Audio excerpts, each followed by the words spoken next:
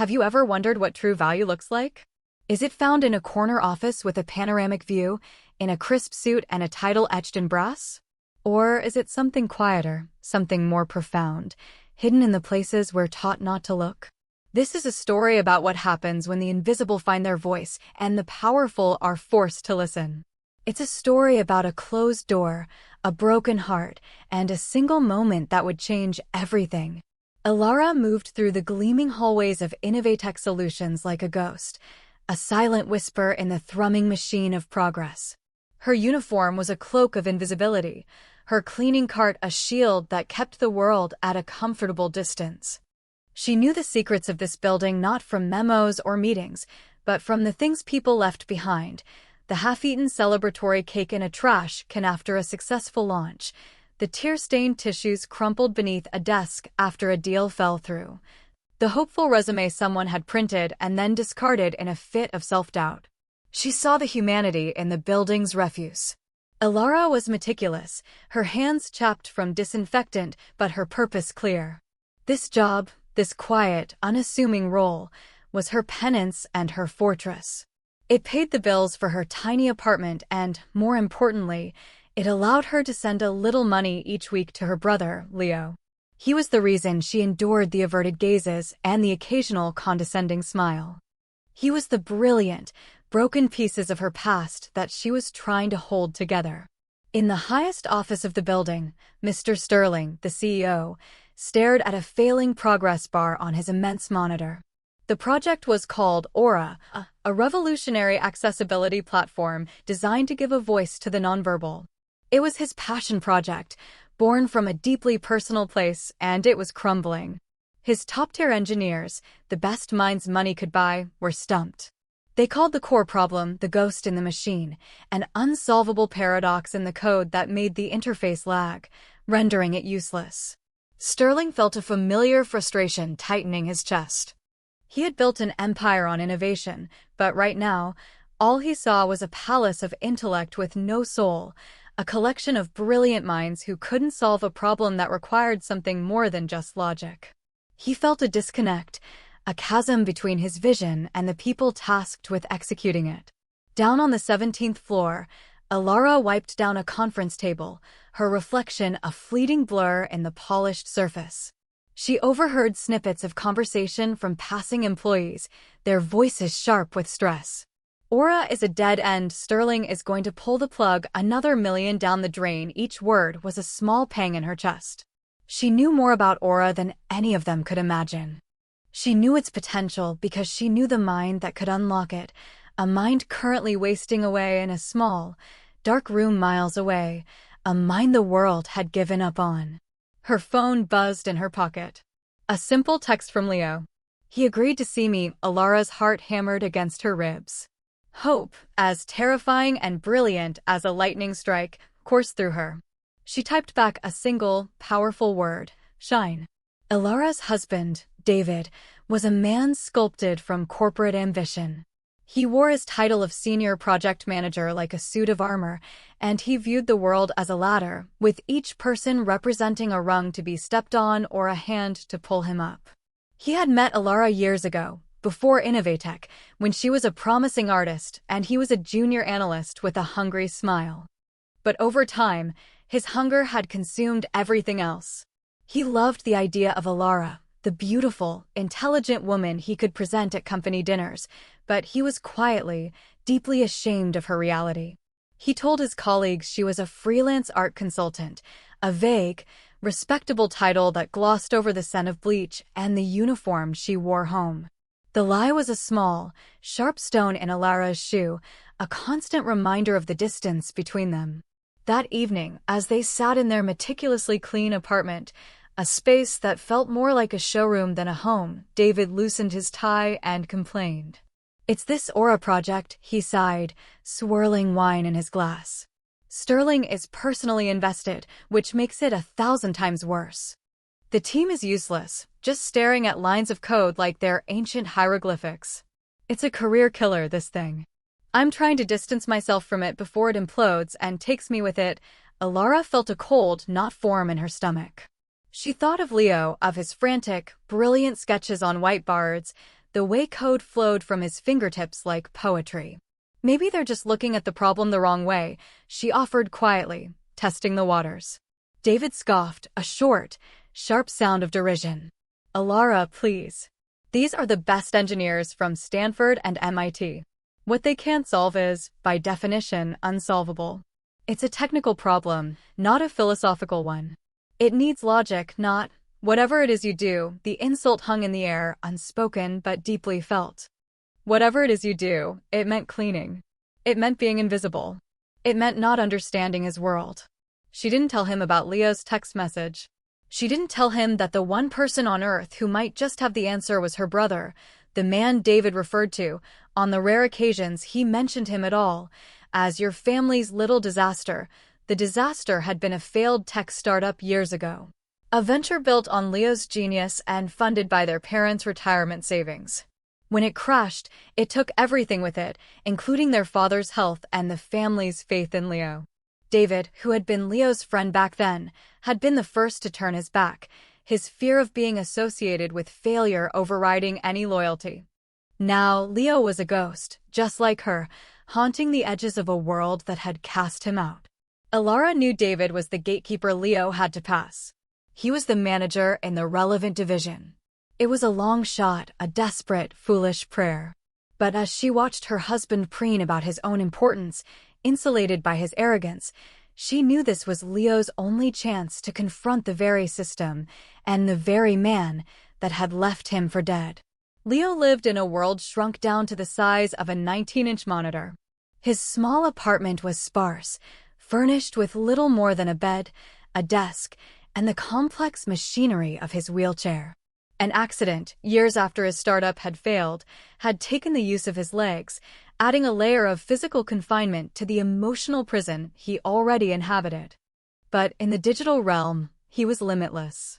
His mind could soar, building worlds and solving puzzles with an elegance that was breathtaking. The Aura project wasn't just a job to him, it was a calling. He understood the prison of silence, the frustration of having a vibrant inner world with no way to express it.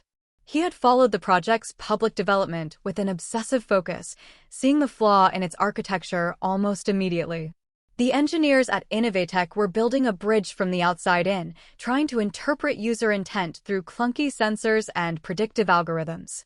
They were wrong. The bridge had to be built from the inside out, from the very core of human consciousness. His solution was a radical piece of code, an intuitive, predictive interface that learned the user's unique neural rhythm. It wasn't just a voice, it was a soul translator. He had spent months perfecting it on his battered, second-hand equipment, pouring every last ounce of his energy and hope into it. He knew contacting David was a fool's errand. David was a monument to everything that had gone wrong in his life, ambition without empathy, success without grace. But he was his only link to Innovatech. For Alara's sake, he had to try. He sent the email, his fingers trembling slightly as he hit send. He didn't mention his groundbreaking code, only that he had some ideas about the Aura project and wanted a few minutes of his time. To his astonishment, David replied within the hour. Fine. My office. Tomorrow at 3. Don't be late. The tone was clipped, dismissive, but it was a yes. When he texted Alara, her simple reply, shine, felt like a shield. She was the only person left on Earth who still saw the light in him, not the wreckage. The next day, he navigated the imposing glass and steel lobby of Innovatech. The journey was an odyssey of small humiliations, the ramp that was too steep, the security guard who looked at him with a mixture of pity and suspicion, the elevator buttons just out of comfortable reach. By the time he reached the 17th floor, he felt small, his confidence eroded by the sheer scale of the place. He was an outsider, a glitch in their perfect system. He rolled up to David's office door, the nameplate gleaming, and took a deep, shaky breath. He was not just here to pitch an idea. He was here to reclaim a piece of himself, to prove that he was more than a memory of failure, more than a burden. He was here to shine, just as his sister had told him to. It was their 8th wedding anniversary. Alara had spent her lunch break not in the sterile canteen, but in the small, warm kitchen of a nearby bakery she loved. She'd bought a small, perfect tiramisu, David's favorite, its surface dusted with a heart-shaped silhouette of cocoa powder. It was a peace offering, a desperate attempt to find a flicker of the man she had once loved beneath the polished, corporate shell he now inhabited. She clutched the small box, the cardboard cool against her palms, a fragile vessel for her fragile hope. She timed her arrival for exactly 3 o'clock, the end of her shift. She would surprise him. Maybe they could go out. Maybe they could talk about something other than profit margins and project deadlines. As she walked down the familiar corridor, she felt a flutter of nervousness. The door to his office was slightly ajar. She smiled, pushing it open gently, the word surprise forming on her lips. But the word died there, strangled by the scene before her. The office was suffocatingly silent. There was David, sitting behind his expansive mahogany desk, his posture rigid, his face a mask of barely concealed contempt. And there, pulled so close to the desk that his knees were nearly touching David's, was her brother, Leo. He was in his wheelchair, looking smaller and more fragile than she had ever seen him. On his lap was his old, scarred laptop, its screen glowing with intricate lines of code. He was trying to explain something, his voice quiet and strained, gesturing at the screen with a hand that shook. David wasn't even looking at the code. His eyes were fixed on Leo, cold and dismissive. He was letting Leo perform, letting him exhaust his hope before crushing it completely. As Alara watched, frozen in the doorway, she saw the last flicker of light die in her brother's eyes. His shoulders slumped in utter defeat. The fight went out of him, leaving a hollowed-out shell. He sagged forward in his wheelchair, his head bowing low until his forehead was almost resting on the edge of his laptop, his body language a portrait of absolute despair. The proximity was startling. From her angle, it was a tableau of dominance and submission, the powerful man in the leather chair and the broken man at his feet.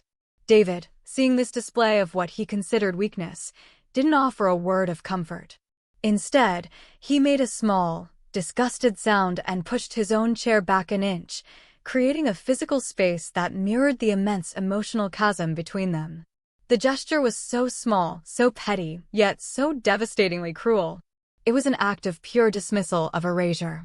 He was wiping his hands of her brother. And in that moment, the delicate cake box slipped from Alara's numb fingers.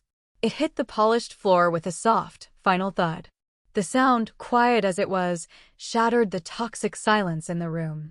The sound of the box hitting the floor was like a starter pistol firing in the silent room.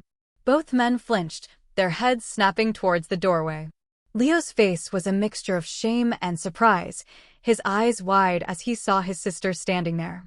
David's expression, however, curdled instantly from contempt to pure fury. "Alara, what are you doing here?" he hissed, his voice low and menacing, his primary concern not the scene she had just witnessed, but the breach of his carefully curated professional world. "You're not supposed to be on this floor. Get out." His words were meant to be a whip, to send her scurrying back to the invisibility he had assigned her. But something inside Alara, something that had been dormant for years, finally broke. The fear, the deference, the quiet acceptance, it all evaporated, replaced by a white-hot, protective rage. She looked past her husband, her eyes locking onto her brother's heartbroken face, and then down at the ruined cake on the floor, its perfect heart shape now a meaningless brown smudge. It was a perfect metaphor for her marriage. "Get out," she repeated, her voice trembling not with fear, but with a power she hadn't realized she possessed. "You are telling me to get out, while you sit there and emotionally crucify my brother?" The invisibility cloak was gone, burned away. She was no longer Alara the cleaner, the silent ghost. She was Alara, Leo's sister, and her voice echoed with the weight of 1,000 slights, 1,000 moments of being made to feel small. She took a step into the room, her eyes blazing. "I heard you," she said, her voice growing stronger, clearer. "The way you talk about this project. The way you talk about your useless team. You sit in this chair, surrounded by all this stuff." She gestured wildly at the expensive furniture, the symbols of his success, "and you have no idea what real value is. You wouldn't know genius if it rolled into your office and begged you for a chance. David stood up, his face flushed with anger and embarrassment. This is a private meeting, Alara. You have no idea what you're talking about. This is about business, something you don't understand, business. She laughed, a bitter, hollow sound. You call this business? I call it cruelty. I call it prejudice. You look at him, she pointed a shaking finger at Leo, and you don't see a brilliant mind. You see a failure. You see a wheelchair. You see something that might tarnish your precious reputation. You are so afraid of his past that you are blind to the future he is holding right there on his lap. Her voice rose, filling the office and spilling out into the quiet corridor. Leo looked at her, his expression a mixture of awe and terror. No one had ever defended him like this. No one had ever been his champion. Alara had found her voice, and it was a roar. Just as David opened his mouth to deliver a final, crushing retort, a calm, authoritative voice cut through the tension from the hallway. What, exactly, is the future he is holding? Mr. Sterling stood in the doorway, his expression unreadable. He wasn't supposed to be there. He rarely ventured into the departmental floors, preferring the sterile quiet of the executive suite. But he had been walking to the boardroom for another grim update on the Aura project when he'd heard the raised voices, the raw emotion in Alara's words slicing through the building's polite hum. He had stopped, hidden from view, and listened to her entire, passionate defense. He saw the scene in its entirety, the furious manager, the heartbroken young man in the wheelchair, the defiant woman in the cleaner's uniform, and the sad, smashed cake on the floor. It was a scene of profound human drama, more real and compelling than anything he had seen in a boardroom in years. David froze, his face paling. He snapped back into his corporate persona, a fawning smile instantly plastered on his face. Mr. Sterling. Sir. This is just a small family disagreement. My apologies. My wife was just leaving. He shot Alara a look that could kill. Sterling ignored him completely. His gaze was fixed on Alara, his head tilted with genuine curiosity. He had seen her before, of course, 100 times. She was part of the building's furniture, a silent, nameless presence.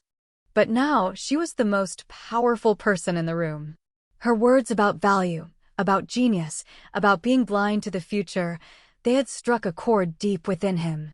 They were the very thoughts that had been plaguing him for months about his company, about the failing Aura project.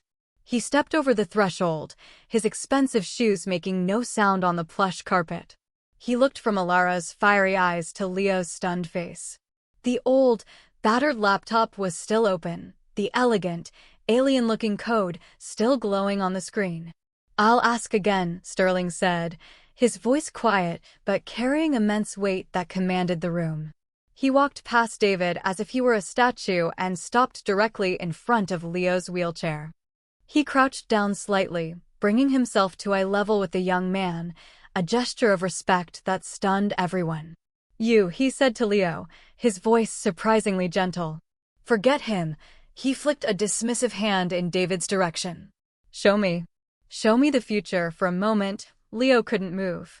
He was paralyzed, caught between his brother-in-law's scorn and the CEO's unexpected focus. Then, he felt a hand on his shoulder. It was Alara.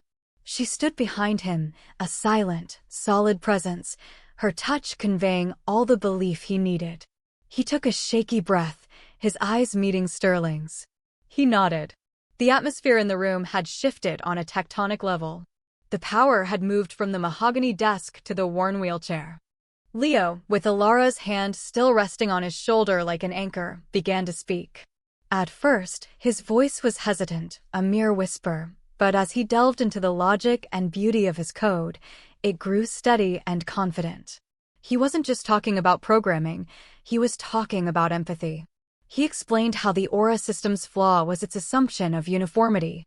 You're trying to teach the machine a single language, he explained, his fingers flying across the trackpad, highlighting sections of his code. But every mind, every consciousness, has its own rhythm, its own unique syntax. My code doesn't try to impose a language. It learns the user's internal rhythm. It creates a bespoke key for a unique lock. It doesn't give them a voice, it unlocks the one they already have. Mr. Sterling listened with an intensity that silenced the entire floor. He wasn't just hearing a technical pitch, he was hearing the answer to a prayer. His own daughter, who had been born with severe cerebral palsy, communicated through a frustratingly slow and impersonal device. He understood, in his very bones, what Leo was describing. He was witnessing the birth of a miracle. David stood by, utterly bewildered. He couldn't follow the technical specifics, but he could see the rapt expression on Sterling's face. He could feel his own authority, his own reality, dissolving around him. He tried to interject, to reclaim control.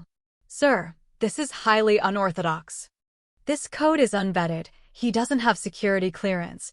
Sterling held up a hand, silencing David without even looking at him. His eyes never left Leo's screen. "Unorthodox is what we need," Sterling murmured, almost to himself. "We've been trying to solve this with conventional thinking for a year, and have failed." He looked up from the screen and met Leo's eyes. "This is brilliant. This is human. It's the soul we've been missing then." Sterling stood up, his mind made up. The decision was instantaneous and absolute. He turned to David, and for the first time, David saw not just his boss, but a judge. The CEO's face was cold, disappointed. "David, it seems your definition of talent and my own are fundamentally at odds. You had the solution to my company's biggest problem right here in your office, and all you saw was a liability." He then turned to Leo. "Son, what's your name?" "Leo," he said, his voice barely audible. "Leo," Sterling repeated, a smile finally breaking on his face. "Welcome to Innovatech. You're now in charge of the Aura project. You report directly to me. I'll have my assistant get you a contract and the best equipment we have within the hour." The words hung in the air, electric and transformative. Leo stared, speechless. He looked back at Alara, whose eyes were shining with tears of pride. She had done this. Her love, her belief, had moved a mountain. The shift in the room was palpable and permanent.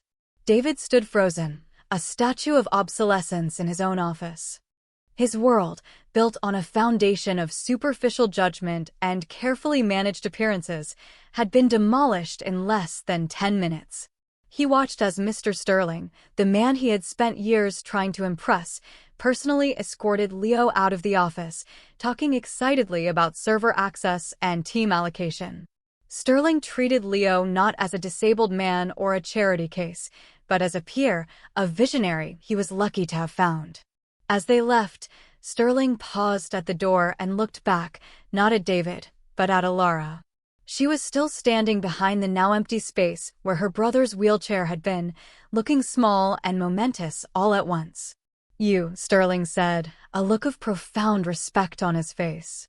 "What's your name?" "Alara," she said, her voice quiet but clear. "Alara," he repeated, testing the name. "You saw what an entire division of highly paid managers failed to see. You have a better eye for potential and a deeper understanding of our mission than anyone on my payroll." He glanced at her uniform, not with disdain, but with a dawning realization. "Your job here is done." For a heart-stopping second, Alara thought she was being fired. But Sterling smiled. "I want you in the kickoff meeting for the new Aura team tomorrow morning at 9. Not with a cleaning cart. As a consultant. I want you to be the voice of the user, the voice of empathy. We build technology, but you, Alara, you understand people. It turns out that's the more valuable skill." He nodded once, a gesture of finality, and then he was gone, his voice echoing down the hall as he and Leo discussed the future. The door clicked shut, leaving Alara alone with her husband in the ruins of their life. David finally moved, slumping into his expensive leather chair. He looked defeated, utterly broken. He stared at the smudge of cake on the floor, the pathetic remnant of her anniversary gesture. "Alara," he started, his voice hollow. I didn't know," but Alara knew it was not about knowing. It was about seeing. He had chosen not to see. She looked at him, at the man she had once promised to love, and felt nothing but a profound, sorrowful pity. There was no anger left, only the quiet certainty of an ending. She didn't need to say a word. She calmly unzipped her uniform, the symbol of her invisibility, and folded it neatly, placing it on the corner of his desk. It was a resignation from more than just a job. She turned and walked out of the office, leaving him there with his panoramic view and his empty success. She didn't look back. She was walking towards a 9 o'clock meeting, towards a new life where she would finally be seen for who she truly was. The following months were a whirlwind of creation and vindication. The Aura project, reborn under Leo's visionary leadership, moved forward with breathtaking speed. Freed from the constraints of corporate skepticism and equipped with the company's best resources, Leo flourished. He led his new team with a quiet confidence, his brilliance matched only by his humility. He never forgot the feeling of being voiceless, and he embedded that empathy into every line of code. Alara became the project's heart. She sat in every meeting, not as a coder or an engineer, but as the official conscience of the team. Her title, formalized by Sterling, was Director of User Empathy. She translated the complex needs of potential users into tangible design features. She would ask questions no one else thought to ask, but how does this feel for someone who is scared? How does this button placement work for someone with tremors? Is the color palette calming or clinical? She had spent years observing the unspoken pains and quiet hopes of people, and she poured all of that silent knowledge into Aura. The synergy between brother and sister was the project's secret weapon. Leo built the engine. Alara designed the soul. Mr. Sterling, for his part, was a changed man. The discovery of Leo and Alara had been a splash of cold water, waking him from a long slumber of corporate detachment. He started wandering the halls again, not as an inspector, but as a listener. He implemented new programs to solicit ideas from every level of the company, from the mailroom to the marketing department, vowing never again to let talent remain invisible. He saw that the soul of his company wasn't in its stock price, but in its people, and its true mission was not just innovation, but connection. The launch of Aura 20 was a global event. It was hailed not just as a technological breakthrough, but as a humanitarian triumph. Videos went viral of children speaking their first words through the interface, of artists creating masterpieces, of families reconnecting with loved ones trapped in silence. It was everything Sterling had dreamed of and more. At the launch press conference, Mr. Sterling stood on stage, flanked by Leo in his wheelchair and Alara in a simple, elegant dress. When the applause died down, he didn't talk about market share or profits. He told the story of a ruined tiramisu on an office floor.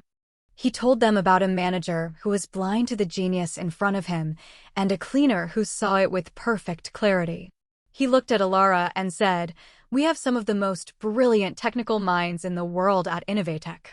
But our most valuable asset turned out to be the woman who cleaned our floors.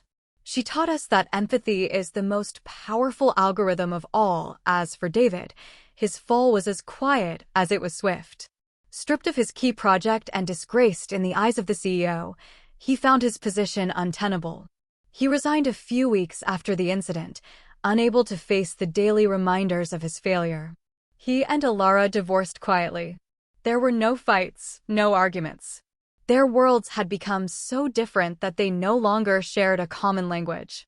He disappeared into another corporation, another title, forever chasing a version of success that would always leave him empty. Alara, watching him go, felt a sense of release. She had chosen integrity over comfort and her own worth over someone else's validation. From her new office, which had a simple window overlooking a small city park instead of a panoramic skyline, Alara watched people. She watched a mother push a stroller, a young couple holding hands, an old man feeding pigeons. She saw the quiet, ordinary, extraordinary tapestry of human life that she was now tasked with serving. Her journey from the shadows to this sunlit room had been improbable, but she understood now that her power had never been in a title or a uniform. It had been inside her all along. It was in her loyalty, her perception, and her unwavering belief in the goodness and potential of others, especially when they couldn't see it in themselves. The world is full of people like David, people who measure worth by status and success, who are afraid of anything that looks like failure or weakness. They're the gatekeepers of the status quo, and their judgment can feel like a verdict. They build walls and close doors, convincing us that some people are meant to be invisible, their potential locked away and forgotten. But this story is a testament to a different truth. It is a reminder that genius is not always found in the spotlight.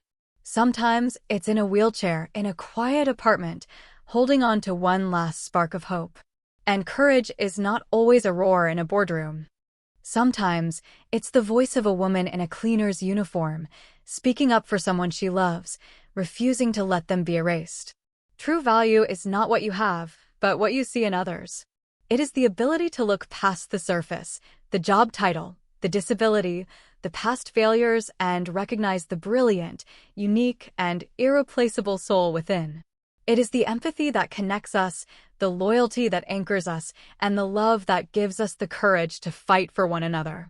So, the next time you walk through the halls of your own life, take a moment. Look closer at the people in the margins, the ones who are often overlooked. The quiet colleague, the service worker, the person everyone else has written off. What hidden brilliance might they hold? What potential are you failing to see? You might just discover the solution you've been looking for, the inspiration you desperately need, or the hero your world has been waiting for. Share this story with someone who needs to be reminded that their worth is not defined by their circumstances. Remind them, and remind yourself, to always look for the heart behind the uniform, because that is where the real magic lies.